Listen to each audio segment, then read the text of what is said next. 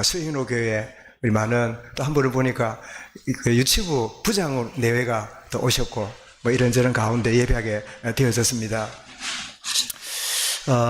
지난주에 우리 목회자 수양회가 속초에 있어서 다녀오는 중에 점심을 먹으러 들어갔더니 그 두 내외가 음식을 주면서 어떤 가정 이야기를 해요.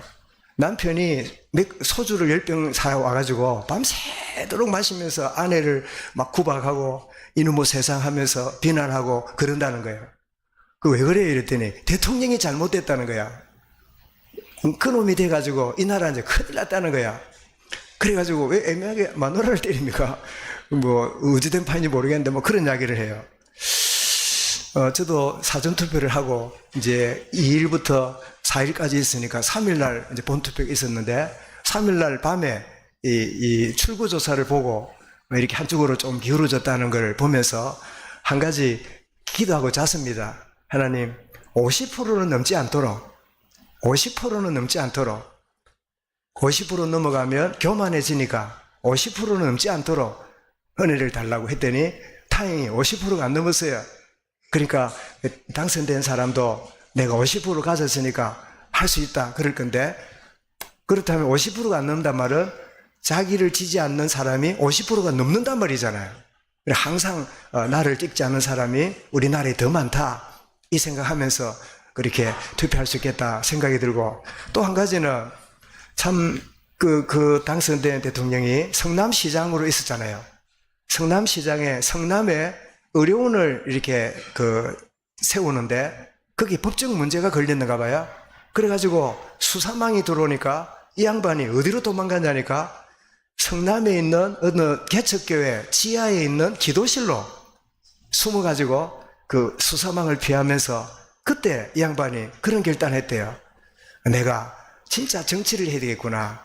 거기서 정치를 시작했노라고. 그래서 이번에 거기 찾아가서 뭐 이렇게 마지막으로 유세하는 유세를 했노라 그러길래 이 양반 마음속에 하나님 의지하는 마음이 있는가.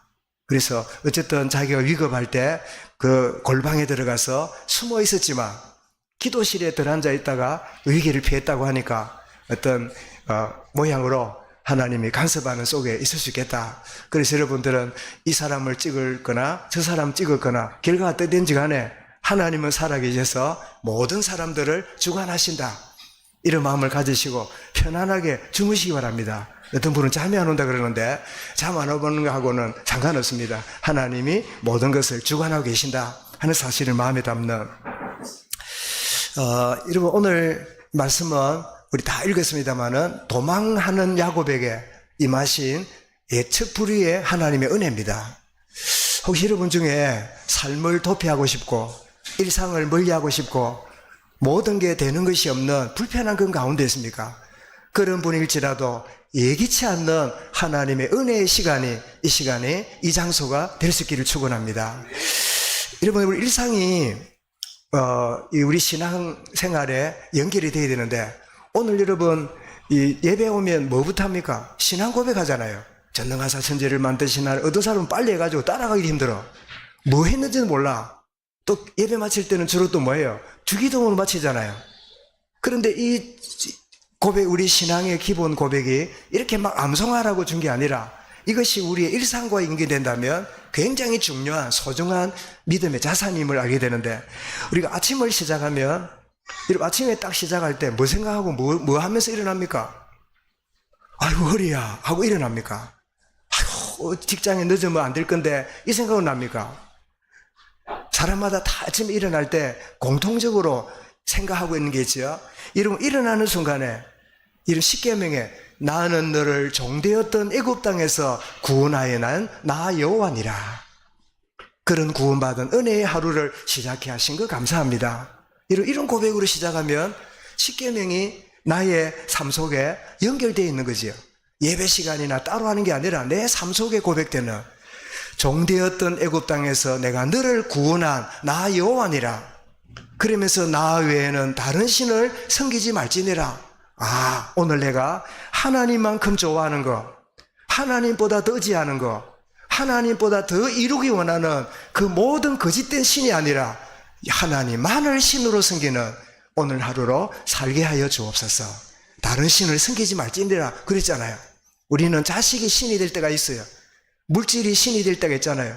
내 출세와 성공이 신이 될 때가 있잖아요. 그것이 아니라 나 여호와를만을 섬길지니라. 그런 하루로 눈을 뜨고, 자, 하루를 시작합니다. 하루를 접하면서 우리는 주기도문을 묵상합니다. 뭐라고 고백하지요? 하늘에 계신 나의 아버지여, 뜻이 하늘에서 이룬 것 같이 땅에서도 이루어지다. 지금 내게 이루어지는 땅의 일들은 이미 어디에 연관되어 있어요? 하늘의 뜻과 연관되어 있잖아요.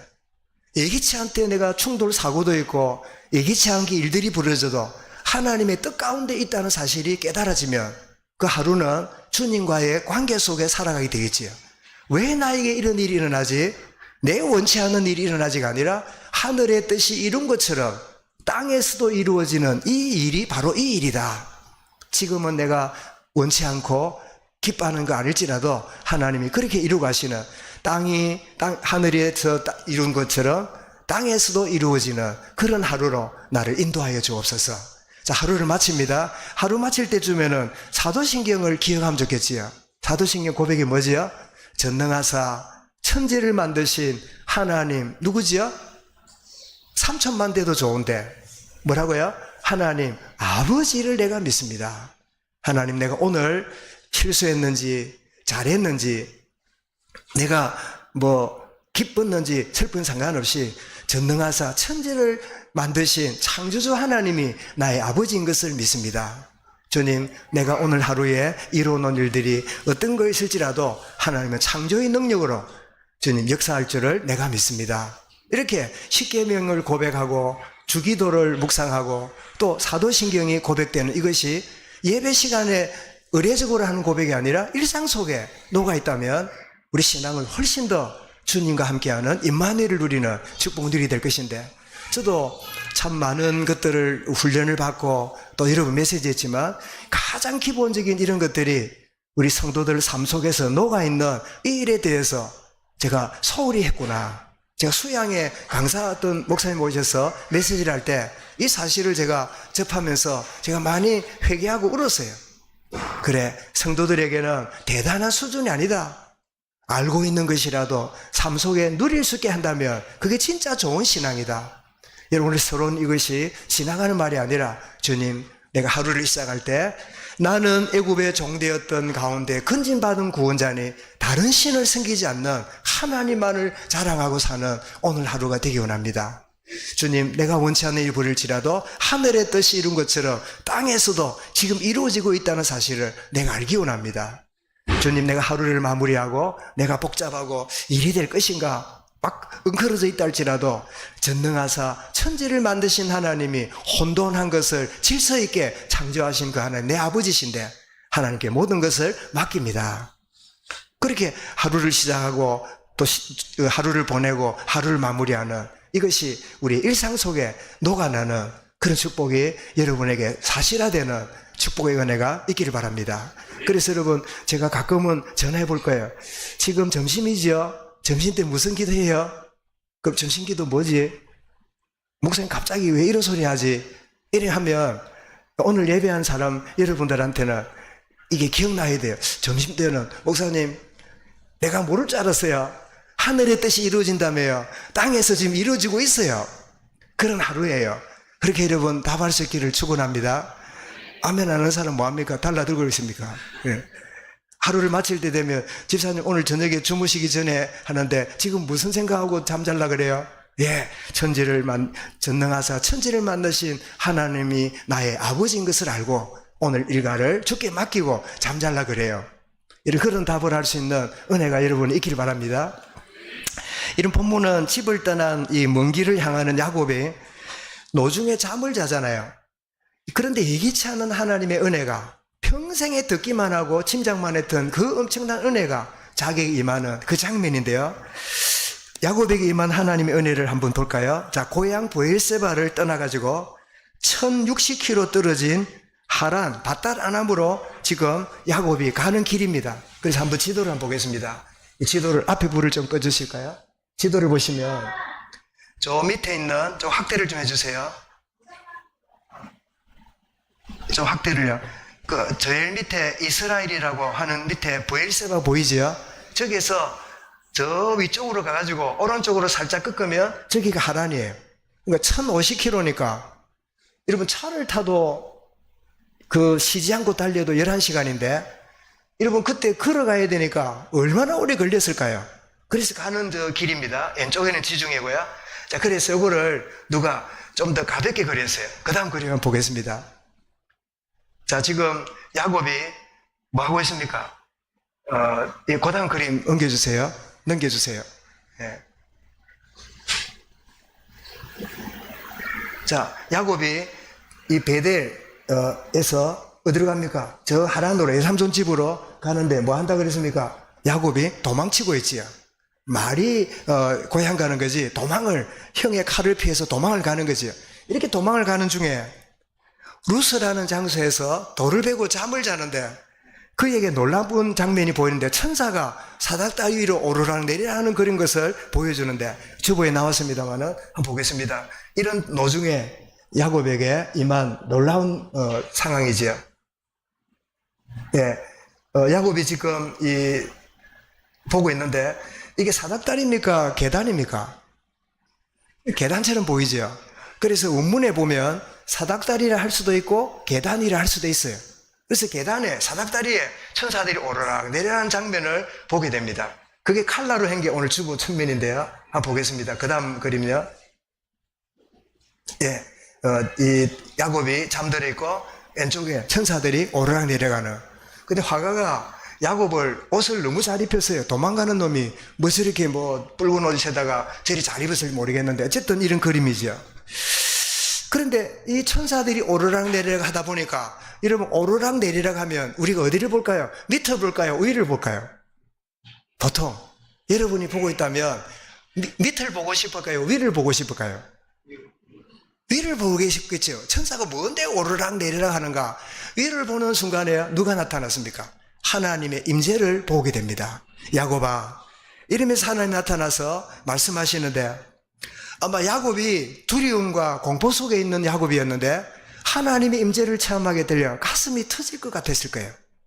놀라운 환희를 경험하고 정말 경외로움에 가득한 그런 야곱의 모습이겠지요. 오셔서는 야곱에게 야곱아 네가 왜 도망을 치느냐 책망하는 하나님이 아니라 그에게 놀란 축복을 약속합니다. 너와 함께 하겠고 너를 떠나지 않겠고 지키겠고 이 땅으로 돌아오도록 내가 너를 보호할 것이다 하면서 놀라운 하나님의 약속을 주게 됩니다. 저는 이 말씀을 보면서 틀림없이 여러분 자녀를 떠나보낸 야곱을 떠나보낸 아버지 이삭과 그 어머니 리브가의 중보기도가 이런 응답으로 임하는 게 아닌가 충분히 우리는 생각할 수 있겠지요. 여러분의 기도가 어디에 있는 자녀일지라도 하나님의 중보의 축복의 역사에 있음을 믿으시기 바랍니다. 늘 우리 자녀가 잘 되고 안 되고 그게 늘 여러분 윤리 도덕에 묶여가지고 뭐 이런니 저런니 그런 말이나 하는 인생이 아니라 그럼에도 불구하고 하나님 우리 자녀를 또 하나님의 기도하는 모든 대상자에게 하나님 크신 은혜가 있기 원합니다. 지금 여러분의 자녀들이 어떤 상태에 있습니까? 야곱은 도망하고 있습니다. 도망치고 있지만 부모가 보이지 않지만 부모님의 하나님이 자기에게 나타나는 그 하나님하고 다른 분일까요? 같은 분일까요? 같은 분이겠지요. 틀림없이 못난 야곱이 짐을 싸줬는데 가다가 짐승한테 맹수에게 뭐 이렇게 집이나 찾을란가 하고 얼마나 걱정했을까요? 그 리브가와 이삭이요. 근데 하나님의 임재가 있는데 이것은 틀림없는 중보기도겠지요. 그래서 예수님이 누가복음 23장 28절에 뭐라고 말씀했습니까? 예루살렘의 딸들아 나를 위해 울지 말고 너희 자녀들을 위해 울라. 이런 자녀를 향한 중보기도는 틀림없이 축복으로 응답하심을 주님이 우리에게 말씀하고 있죠. 이 놀라운 은혜의 경험을 했던 야곱이 평생에 하나님께 서운기도를 드립니다. 할아버지 아브람과 아버지 이삭 밑에 가정예배 드릴 때 마지못해 드렸던 이 아이예요. 특히 여러분 모태신앙 집에 있는 아이들이 이런 경향이 많아요. 뭐 누구 농담으로 그런다며요. 뭐 이런 거 뭐 물으면 야 묻지 마라 예배 길어진다 뭐 그런다면서요. 그래가지고 막 이 가정 예배를 막 잔소리처럼 여겨지는, 저도 4대쯤 있는 가정에 자랐지만 아버지가 6 아들 모아놓고 가정 예배 드리거나 이래 하게 되면 예배가 기다려진다, 그런 경우가 잘 없었던 것 같아요. 1차적으로는 내 책임이고 2차적으로는 재미없는 아버지의 또 예배 인도 방법도 있었겠는데요. 어쨌든 가정 예배 이러면 맨날 교회 가서 예배 드리는데 뭐 또 집에서 드려요. 근데 구역 예배는 좋았어요. 왜냐니까 못 먹던 간식을 내놓는 거다. 그래 다 먹고 가면 나머지 쪼가리를 먹고 이런 기억이 있으니까 구역 예배는 좋아요. 근데 가정 예배는 별로 안 좋아. 늘 뭐 교회 가면 드리는데 뭐 또 집에서 드려야 돼. 아마 야곱도 이 정도 수준일 거예요. 그랬던 야곱이 하나님을 인격적으로 만나고 나니까 이런 서운기도를 합니다. 깨어난 야곱이 깨달음을 말하기를 뭐라고 합니까? 야곱이 말합니다. 이곳은 하나님의 집이요, 이곳은 하늘의 문이로다. 사는 청도 여러분, 우리가 어디 앉아 있습니까? 뭐 교회당 건물이지요. 여러분의 삶의 현장에 하나님의 집이요, 하늘의 문인 것을 깨닫기를 바랍니다. 하나님이 여기 계신 줄 내가 몰랐다. 내가 아버지 집을 떠났으니까 하나님은 아버지 집에 있는 줄 알았지, 도망하고 있는 나에게 하나님이 오시다니, 이런 이야기지요. 하나님이 계시는 하나님의 집이요, 하늘의 문이로다. 이 하나님의 집이라는 말은 예배하는 자리란 말이고, 하늘의 문이라는 말은 뭐죠? 여기에 기도응답의 자리구나, 하늘 문이 열리는 자리구나, 하나님과 교제하는 자리구나, 예배와 기도의 비밀을 여기서 발견하지요. 그래 작은 돌을 기둥으로 세우고 기름을 붓습니다. 무슨 기름 부었을까요? 천집사님, 무슨 기름 부었을까요? 덴뿌라 기름일까요? 참기름일까요? 들기름일까요? 뭘까요? 예? 잠깐만, 이 기름을 왜 가져갔을까요? 뭐 덴뿌라 해먹으려고 가져갔을까요? 여러분, 노정에 써야 될 경비로 가져갔겠지요. 그럼 이 기름이 뭐죠? 굉장히 값비싼 나드 향유라든지 올리브라든지 이런 기름이겠지요. 그런데 그 노정에 써야 될 기름을, 자기 재산을 돌에다가 갖다 부었으니까 흡입니까? 아주 투자입니까? 육신적으로 보면 흡이잖아요. 그 미생물인 돌에다가 기름을 붓는다는 게 낭비잖아요. 주의 일을 위해서 시간 들이고 물질 들이는 거 낭비처럼 보이잖아요. 은혜 모르면 그래 돼요. 시간이 아까워. 돈이 너무 아까워. 주의 일에 여러분 시간을 들이고 물질을 들이고 내 정성을 들이는 게 얼마나 소중한 일인지를 은혜 모르면요, 그게 가치 없는 일이고 아까워요. 그런데 이 은혜 받은 야곱이 남의 발꿈치나 잡고 챙기기 좋아하는 그 천성적으로 그랬던 야곱이 세상에 기름을 돌에다가 붓습니다. 이 말은 돌에다가 부었다는 그 뜻일까요? 하나님께 드렸다는 뜻일까요? 무슨 말? 1번 돌에다가 드렸다, 2번 하나님께 드렸다. 1번이니까 2번이니까. 예, 오늘 뭐 수업 효과가 좋습니다. 돌에다가 드린 게 아니죠. 하나님께 드리는 거예요. 하나님께 지금 드리는 게 돌을 부르는. 그런데 부어놓고는 그 이름을 루스라고 하는 이름이었는데 이름을 바꿉니다. 베델. 여러분, 우리 한국에도 베델 금고, 뭐 베델 뭐 식당 이런 걸 주변에 좀 보셨을까요? 베델 뜻이 뭐죠? 벳이란 말은 집이란 말이고, 에일이라는 말은 뭐죠? 하나님이죠. 하나님의 집이에요. 그러니까 자기가 고백했잖아요. 여기는 하나님의 집이요, 하늘의 문이로다. 그러니까 그 지역을 돌을 세워놓고 하고는 루스라는 지역을 베델이라고 하는, 지금도 여러분 이스라엘에는 베델이라는 지역이 있어요. 베델이라고 부르면서 그들은 뭐 생각할까요? 우리의 조상 야곱이 하나님의 은혜를 경험한 자리다, 소중한 자리로 생각하잖아요. 그래서 베델이라고 이름을 짓고 이렇게 그러게 됩니다. 그러면서 하나님이 나를 약속하신 대로 지키시고 돌보시고 은혜를 베푸신다면 하면서 서원하고 결단합니다. 뭘 결단하죠?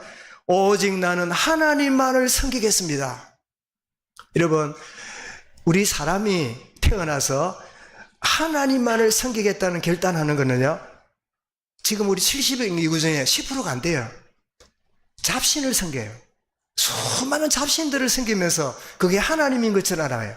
그런데 오직 하나님만을 섬기겠다는 결단이 얼마나 놀랍습니까? 그 증거가 뭐냐?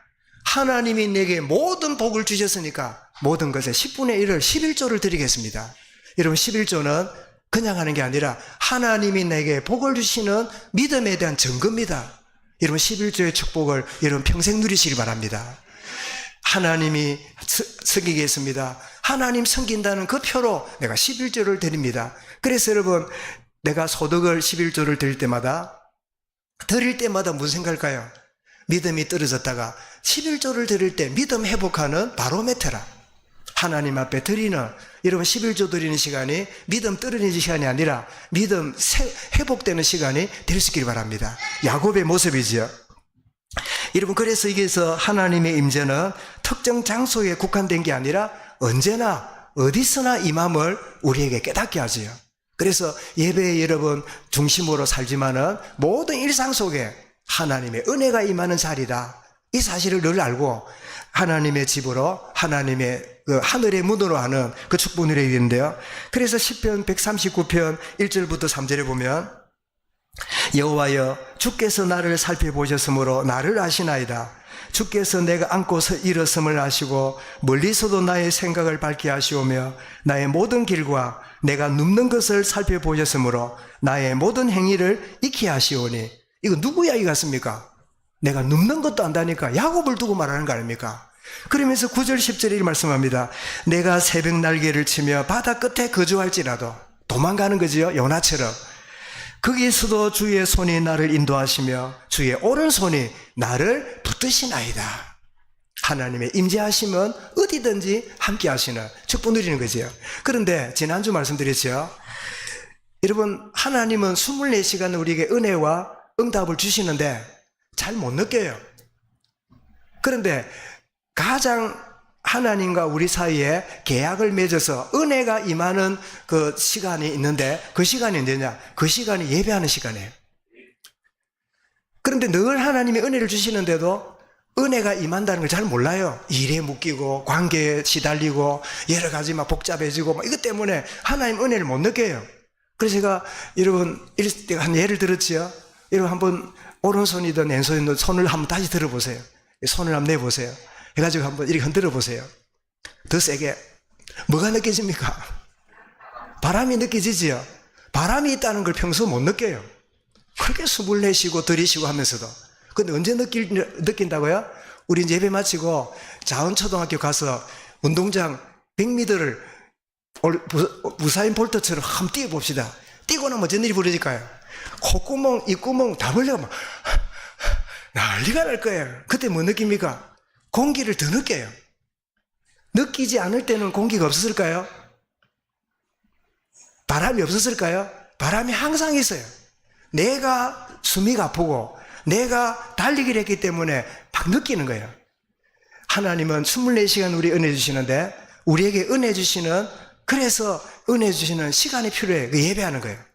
근데 예배에도 은혜를 못 느낀다. 하나님은 비상 대책을 세웁니다. 뭘까요? 위기를 주십니다. 낭패와 좌절을 느끼게 합니다. 그럼 일순간에 어떻게 이럴 수가 있습니까? 왜 이럽니까? 무슨 죄 때문에 이러다가요? 하나님의 사람들은 그때서 깨닫습니다. 아, 내가 하나님의 은혜 속에 살지 못하고 내 자아로, 내 노력으로, 내 열심으로 내가 그렇게 살아왔구나. 주님, 은혜 놓치고 살아온 이 종을 회개합니다. 주님을 더욱 바라봅니다. 그래서 여러분 성경 전체를 보면 여러분 고난을 당하고 위기를 당하는 사람들, 하나님이 이렇게 괘씸해가지고 성질이 못돼가지고 그런 경우 없어요. 모두가 합력하여 뭘 이룬다고요? 선을 이루시는 거예요. 그래서 내가 달리기를 해야 숨이 가파봐야 이 공기가 얼마나 있는가를 느끼듯이 예배를 통해서 잘 못 느끼면 위기를 만나서라도 하나님의 은혜가 무엇인가를 깨닫게 만드는데, 이 야곱은 아버지 집에 어머니 옆에 있을 때는 은혜 귀한 줄 몰랐어요. 왜? 늘 챙겨주니까. 아버지 꾸중 좀 들어도 돼요. 누가 챙겨요? 어머니가 자기 마음을 보듬어 주니까 안심이 없었어요. 그러니 하나님에 대한 은혜 갈급함이 없었어요. 근데 도망하는 그 현장에 그런 자기는 끝이라 생각하고 소망했는 그 자리에 예기치 못한 하나님의 은혜가 임하게 되니까 이 논란은 얼마나 축복입니까? 근데 도망하는 야곱이 새롭게 체험한 것들을 우리가 정리해 볼 수 있는데요. 뭐가 체험됐을까요? 배운 신앙에서 아는 신앙으로 바뀝니다. 많이 배웠어요. 아브라함 할아버지 통해서, 이삭 아버지를 통해서, 어머니를 통해서 끊임없이 들었어요. 그런데 그 배워 있는 신앙이 어느 날 맞네 이런 말씀 들을 때 자꾸 듣기도 듣습니다. 그런데 듣기만 듣지 않은 게 없어. 뭐지요? 맞네. 이게 와야 돼. 내 영혼에. 한번 따라 합시다. 맞네. 하나님 살아계시네. 하나님이 응답하시네. 맞네. 우리 할아버지 기도 괜히 하는 줄 알았더니 기도 응답하시는 하나님 계시네. 우리 아버지가 맨날 하나님 기도해라 그러더니 하나님이 계시는 게 맞네. 한 번 더 해야 기억할 걸. 한번 더 합시다. 맞네. 알아야 돼. 두 번째입니다. 그 신앙에 새롭게 체험된 뭐죠?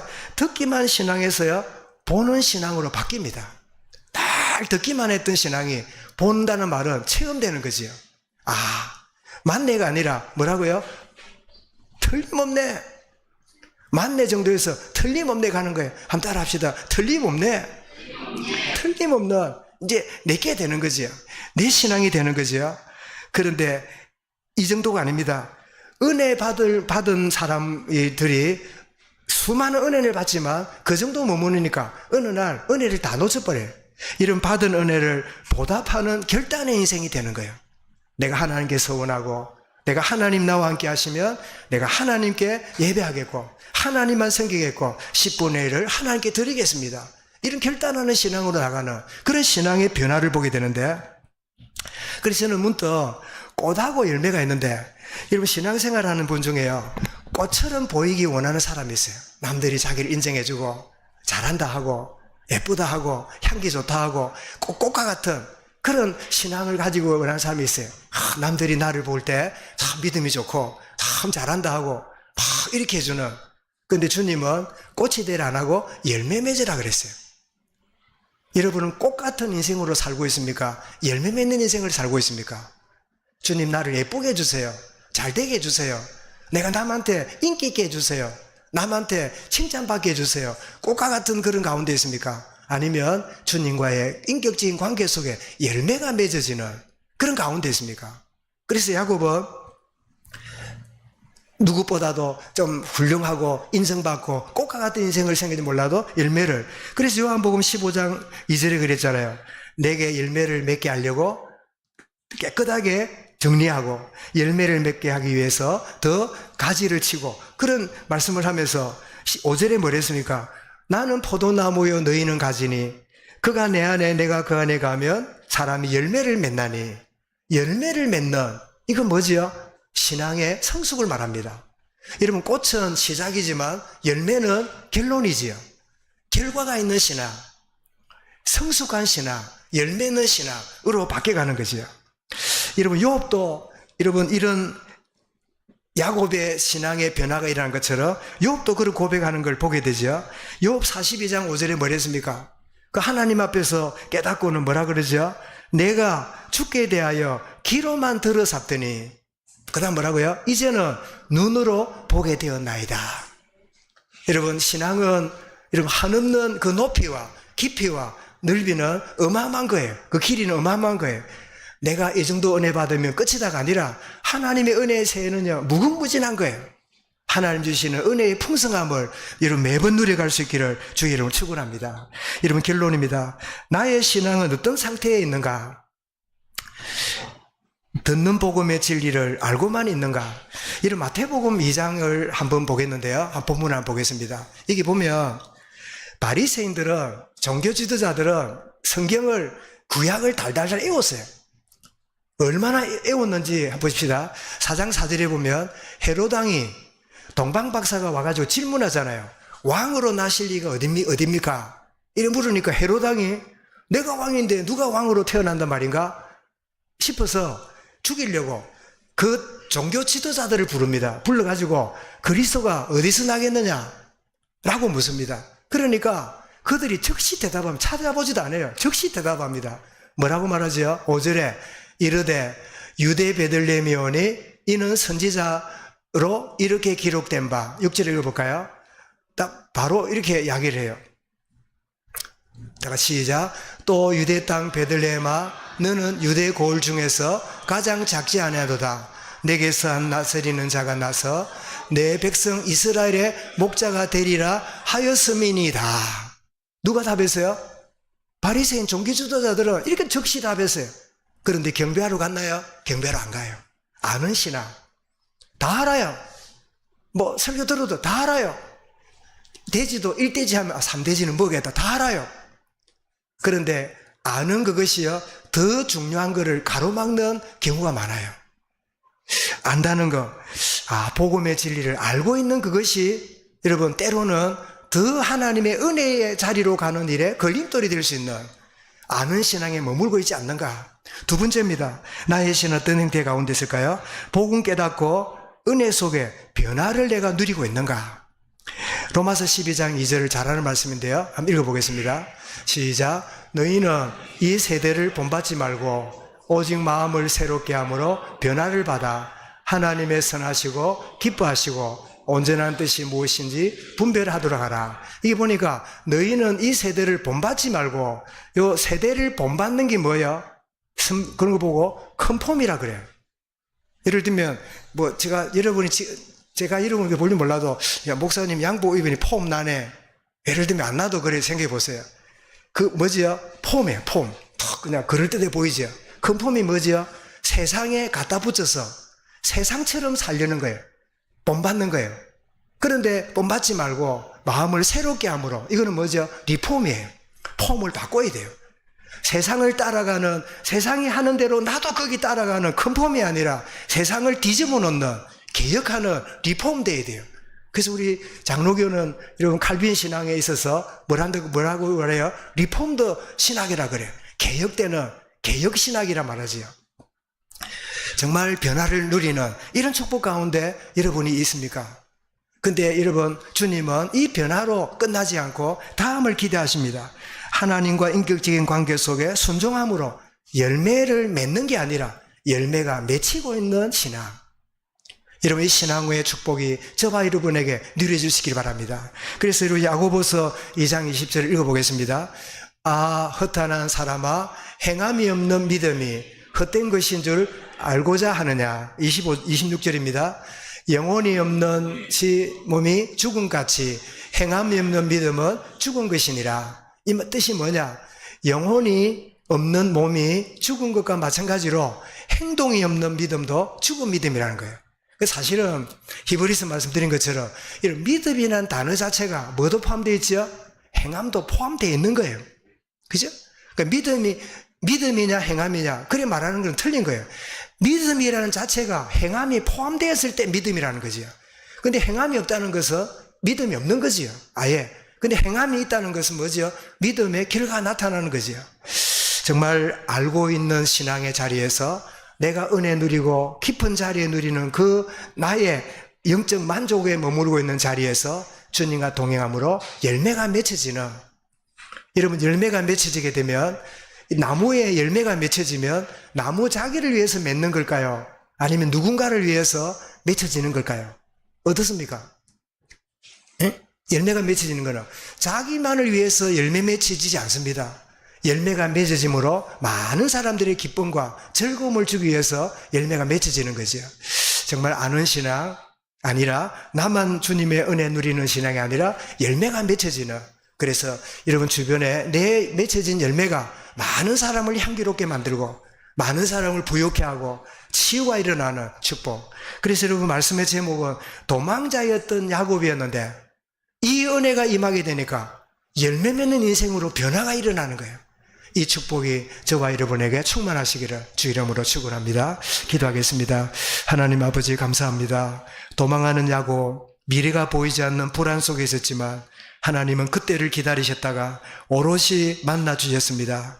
하나님의 집이여 하늘의 문으로 깨닫게 한 이 야곱에게 임하신 주의 은혜처럼 이 축복 누리는 우리 모든 성도들 하나님의 자녀로 이 한 주간 우리의 생애 되도록 우리 후대들이 되도록 역사하여 주옵소서. 예수 그리스도 이름으로 기도드리옵나이다. 아멘.